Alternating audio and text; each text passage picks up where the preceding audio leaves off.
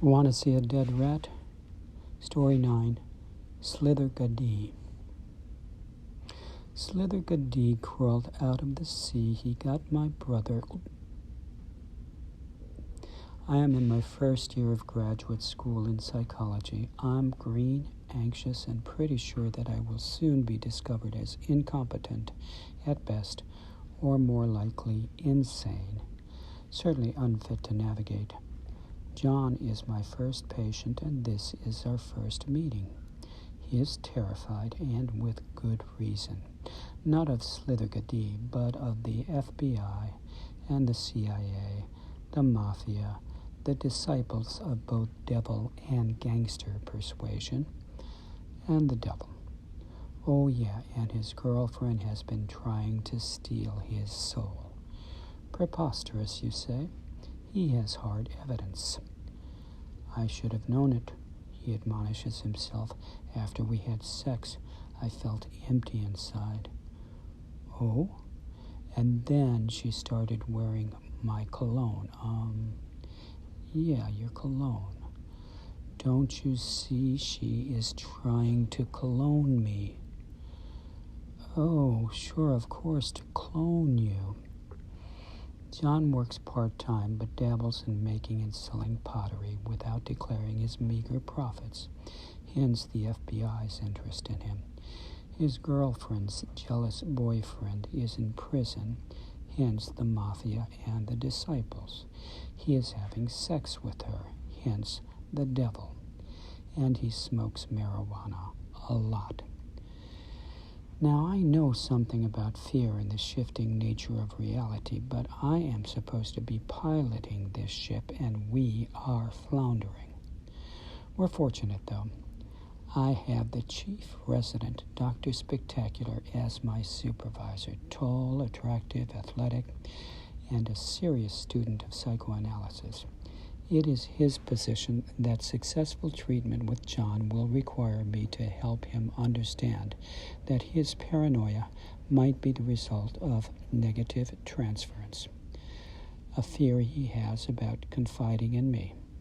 Okay, so, rule, interpret the negative transference. John, do you think maybe your fear of these things might be similar to your concern that I may not be able to help you? That, in fact, trusting me may leave you vulnerable? And John's response? Paul, you're telling me that this fear I have that I'm going to be violated by man, beast, and the devil in the most horrific ways known and as yet unknown, that this fear will vanish if I learn to trust you? That I don't have to worry? Hot damn, Herr Doctor. Thank you. No, that's not how it goes.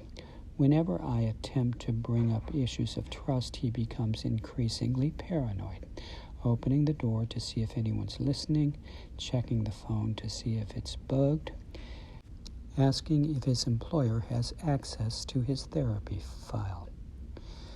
And I consistently, dutifully report my abject failure to Dr. Speck. Well, you're just not doing it right, you dumb shit. No, I don't think he added the characterization. I heard it, but I don't think he said it. Fortunately for all involved, Dr. Spectacular completes his residency and I get a new supervisor. At our first meeting, I tell him somewhat sheepishly about my failed efforts to interpret the negative transference. His response? Who told you to do that? And who told you that that was negative transference, and that was how to interpret it? Wait, I'll bet it was some young hotshot going places supervisor. Right? Right? That's just nuts. It's nuts. He tended to scoff in repetition. Now here's what you're going to do. You're going to shut the fuck up, sit, and listen to whatever shit comes out of his mouth, and occasionally you're going to nod, and sometimes you're going to say, I think I'm beginning to understand. And if you can do that really, really well for at least 2 years, then maybe you'll be able to ask So how do you think this is going? Maybe. I do, and John begins to settle down. Gradually, his paranoia diminishes, initially as small cracks of peace and lucidity in the middle of sessions. So I was thinking maybe of taking a photography class. These were still preceded and followed by paranoid delusions, but it was an ever-expanding island of real possibilities. And about this time, he brings in the Shel Silverstein poem, Slithergadee, and asks me to read it. Unsure of what to do, I accept the book. He lies on the couch. I read aloud, concluding, Slithergadee crawled out of the sea. He got my brother, but he didn't get gulp. I look up. John is asleep, breathing gently. He awakens just as our time is up. Wow, I guess I needed that. He smiles and asks me if I'd like to keep the book. I thank him. So what'd you do? My supervisor asked when we next meet. I let him sleep. Exactly. You read him a bedtime story, a paranoid bedtime story, but one that he understood and found not only safely humorous, but also darkly comforting. This may have been the first time in years, maybe ever, that he felt comfortable enough to let his guard down. Now, did you interpret it? No, exactly. It was about the experience. He gave you a gift. He let you hold his paranoia for him. And indeed, John's paranoia slowly dissipates. He returns to school and begins a romance with a non-soul sucker. We end our 4 years of therapy when I graduate and begin working at another hospital.